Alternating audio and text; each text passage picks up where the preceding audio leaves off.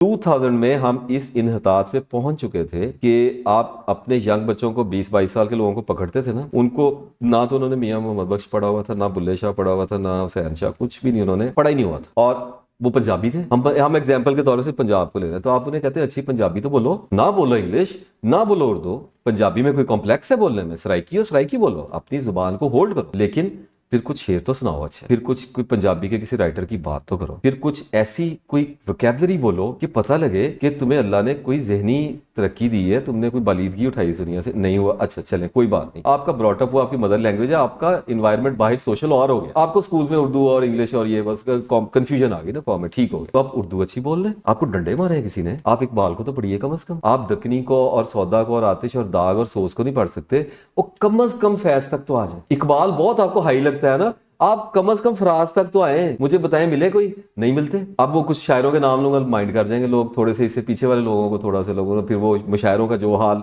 शायरों ने किया है आजकल, और जो दुबई वगैरह में होते हैं जश्न रेख्ता वगैरह, उसकी हमने जो हालत देखी है, मैं उस पर लंबी चीज में चला जाऊंगा, मेरा मुद्दा मुकदमा हो रहा है इस वक्त, ठीक है। आप उर्दू से फरागत पा गए, और हम कौन सा, मैं कौन सा कहता हूँ आप लश्करी बोलिए, आवे जावे बोलिए, कोई सीधी तो बोलिए, ठीक है।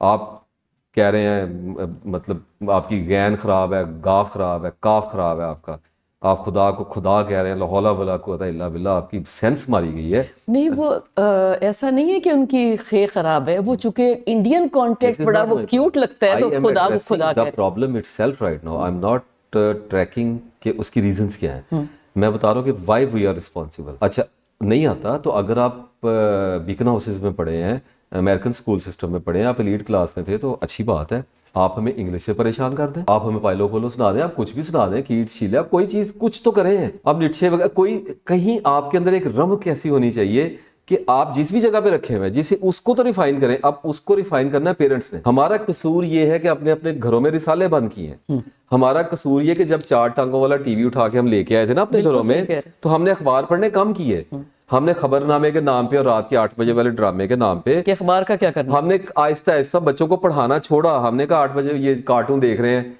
वो मुस्तनसिस हैं तारक का सुबह देख रहे हैं, तो चलो हम उस पर इत्मीनान पाए, और हमें ऐसा लगा कि ये बच्चे थोड़ा एंटरटेनमेंट, पहली दफ़ा हमारे ज़हन में ये ईवल आइडिया आया, और हमने तालीम और तरबियत, मैंने उसका हाल देखा उस रिसाले का, मेरा दिमाग खोल गया, इतना बुरा हाल, अखबार जहाँ का इतना बुरा हाल, और फैमिली मैगजीन का इतना बुरा हाल, और फिर सब रंग का तो सभी को पता है, शकील आदिलज़ादा के साथ जो भी मामलात हुए, और अभी तक वो देवता की मेरा ख्याल किस्तें वगैरह सुना आ रही।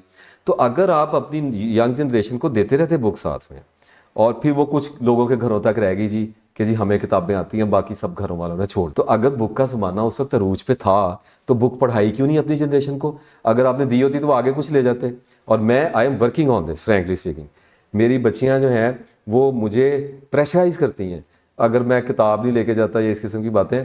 और अभी मेरी वाइफ, मैंने अपनी वाइफ को एक बात कही थी, मैंने कहा ये स्कूलिंग एजुकेशन, मैं इसको अंडर एस्टिमेट नहीं करता, इंसल्ट नहीं करता, लेकिन आप बच्चे को मैट्रिक करा दें, FA करा दें, BA करा दें, आप उसका लिटरेचर उठाएं, उसकी सेंस बढ़ाएं, वो अपने रास्ते निकाल लेगा। विजडम चाहिए होती है। तो अगर आप अपने बच्चों को आज के दौर में भी किताबें देना शुरू करेंगे, तो आप यकीन करें आपका डैमेज कम हो, बहुत जरूरी, ठीक है। अच्छा नहीं पढ़ते किताबें, किंडल ले दें, रोका किसने? दें तो सही किताब, आप उनको पढ़ाएं तो सही, आप अपने जमाने के राइटर्स पढ़ाएं उनको। ज़हन ही नहीं है ना किसी का, तो खराबी तो हमने की है कि नहीं भी पढ़ते तो किताब खरीदें तो सही। पढ़ते हैं, मैं तो बहुत दफा ये कहती हूँ कि किताब खरीदें तो सही। आप बच्चे के घर में, जिस बच्चे के घर में किताब होती है ना, वो उसको पढ़ता है। जिस बच्चे के घर में मोबाइल होता है वो मोबाइल को चलाता है। जिस बच्चे के घर में साइकिल होती है वो साइकिल चलाता है, बाइक होती है बाइक, और गाड़ी होती है तो ड्राइविंग। बिल्कुल सही, बिल्कुल सही। उसका बाप अगर स्विमिंग कर रहा होता है, बच्चा स्विमर बनता है। बच्चे मिमिक करते हैं, हम वी आर इमिटेटर्स। हमारे पास इसके अलावा ऑप्शन ही कोई नहीं है कि जो हमारे बड़े कर रहे हैं हम उसको फॉलो करें।